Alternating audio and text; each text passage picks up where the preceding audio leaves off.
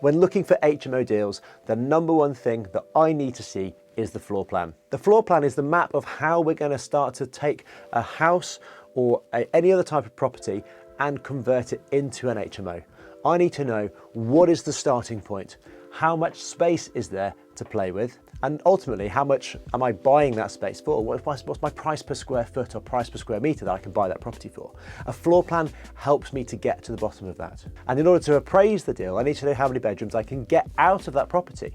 So that initial floor plan is essential so that I can ensure that the property is not too small, that if it's massive, that it's got the windows in the right place so that I can get the right number of bedrooms and communal spaces. And ultimately, if I'm going to spend time, effort, and maybe money on going and viewing the property and spending money on architects, then I want to know that it's going to be worth my time on day one. When you first look at a floor plan, it can be quite confusing as to how to take that and convert it into an HMO. It's also one of the most frequently asked questions that I get about property deals is how many bedrooms do you see? So when I look at a floor plan, because I've looked at thousands of them, literally thousands of them, I can go, that's 5 beds, that's 7 beds, that's 8 beds, that's 10 beds.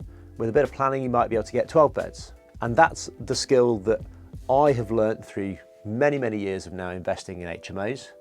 And it's a skill that I share with our clients when they're looking at their schemes. And that's one of the huge benefits of working with someone who's got a lot more experience in that particular strategy. Because where you see 6 bedrooms, I might see 8. And where you see 9 bedrooms, you might be going on numbers where actually I can only see 8 or 7.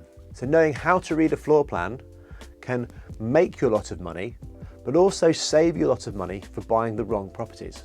Fundamentally, the skill is looking at a floor plan, let's say a 4-bedroom, and knowing how to convert it into a 6-bedroom HMO without compromising on quality and the space, because we've got minimum space standards that we need to comply with, which are 6.51 square metres for a single occupancy room, which is actually tiny.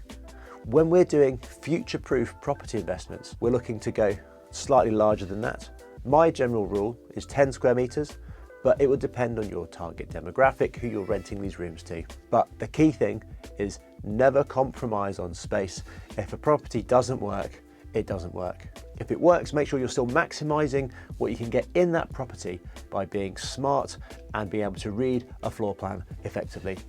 So if you've got any questions about how to read your own floor plans, then pop them down below or click on the link in the description to speak to one of our team.